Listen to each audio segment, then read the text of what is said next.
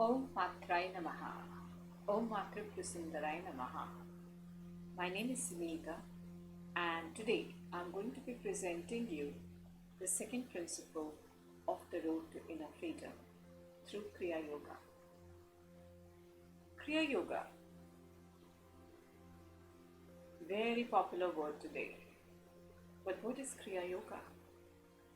Kriya Yoga is a synthesis and an integral approach to yoga where we are able to weave in the practicality of Hatha Yoga with the philosophy of subtle energies of yoga to make a coherent life and imbibe it with the vibrations of mantra yoga to cover the distance between the earth and the moon and moon to the sun through the mantras by squares of 108, and also get into Raja Yoga, the yoga of the mind, and understand the inner awakenings of our mind through meditation, through Antarmauna,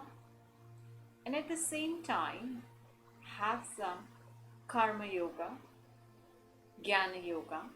So when there is a synthesis of what I study, how I apply it to myself in my day-to-day life, but not only talk about it, but first live it into my life and create certain rituals in my day-to-day routine where I create time to practice the Kriya Yoga with the discipline, starting with once a day to twice a day to thrice a day till it becomes a habit and I can practice the awakenings, the revelations, the people coming into my life, the people bringing suffering into my life,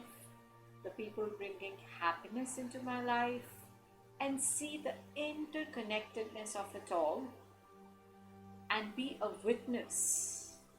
And when I can reach that landscape of the mind where I am just a witness, I am, in fact, living in Kriya Yoga.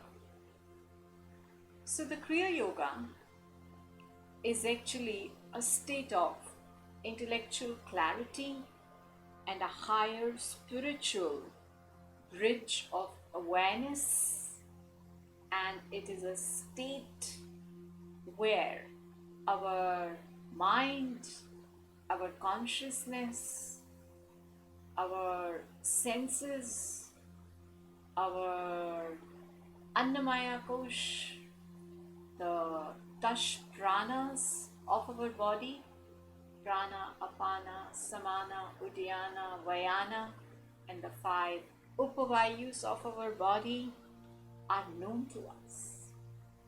And we utilize that knowledge in our day-to-day life to understand the consciousness which is always stuck in individual consciousness, and we are able to relate it to the universal consciousness.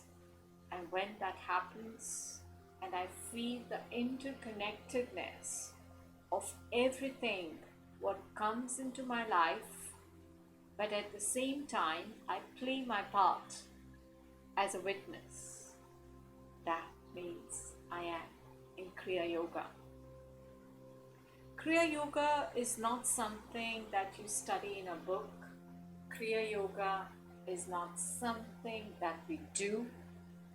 Kriya Yoga is something that we are. So the state of being where our mind transforms, we are in Kriya Yoga. Today I'm going to be talking to you about another quality of the Kriya Yoga, and this quality is called absence of self conceit.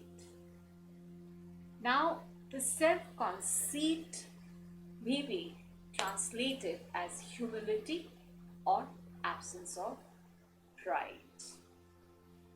Humility is often taken as self abasement and as a consciousness of personal inadequacy, not before the goddess, which is right, normal, and in fact obvious, but before other people.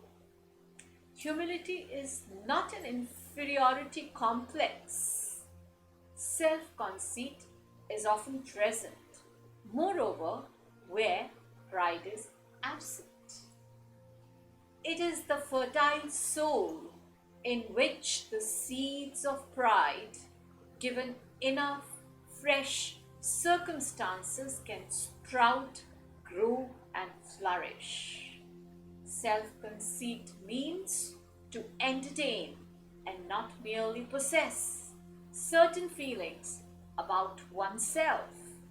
A famous singer, for example, would be deficient in something if she didn't know that she was good at singing and was famous for it. If she entertains that thought, however, and lets it feed her self-definition and makes her think it matters in the great scheme of things, then that is self-conceit.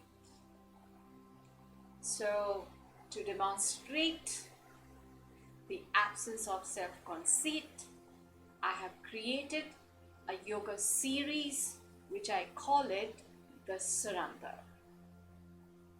So in the series of the surrender, we will be surrendering. We will be humble.